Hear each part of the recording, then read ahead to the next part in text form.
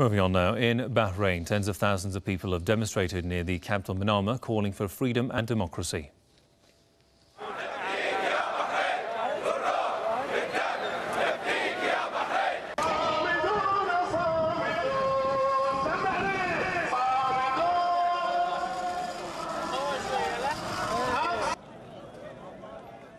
Men and women marched along a road linking several villages in the west of Manama. They chanted slogans against the Al Khalifa regime. The rally was peaceful and no confrontation occurred between the protesters and police. Similar rallies have turned violent in the past, with police using force to disperse protesters. Opposition demonstrations began in Bahrain in February 2011. They've continued to date, despite a harsh crackdown by the Al Khalifa regime. So far, scores have been killed, many of them under torture while in custody, and thousands more detained. Saudi Arabia has been helping the Bahraini rulers in crushing dissent.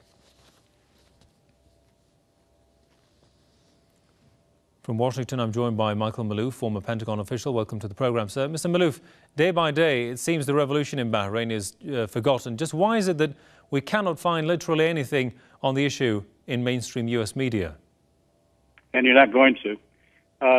Bahrain for the United States is and in fact the demonstrations there is a real challenge to the United States and indeed to the West, and it's hypocritical that they maintain this silence in view of the fact that they're calling for regime change in Syria, as you just pointed out. You got a real true democratic reform movement going on in Bahrain, but for the United States especially. That country, along with Saudi Arabia and the other monarchies, are very strategically important, and they're not going to be making any noise that might call for reforms that might topple those monarchies at this point. So I think it's just going to be business as usual, but they're going to be aiming more at the Shia side of things, and particularly in Syria. And this is unfortunate. And you have a real democratic effort underway in Bahrain, but the silence has been deafening from Washington. Right. Just how much is Saudi Arabia contributing to the silence and crackdown on Bahraini demonstrations, and what implications will this have for Saudi Arabia itself?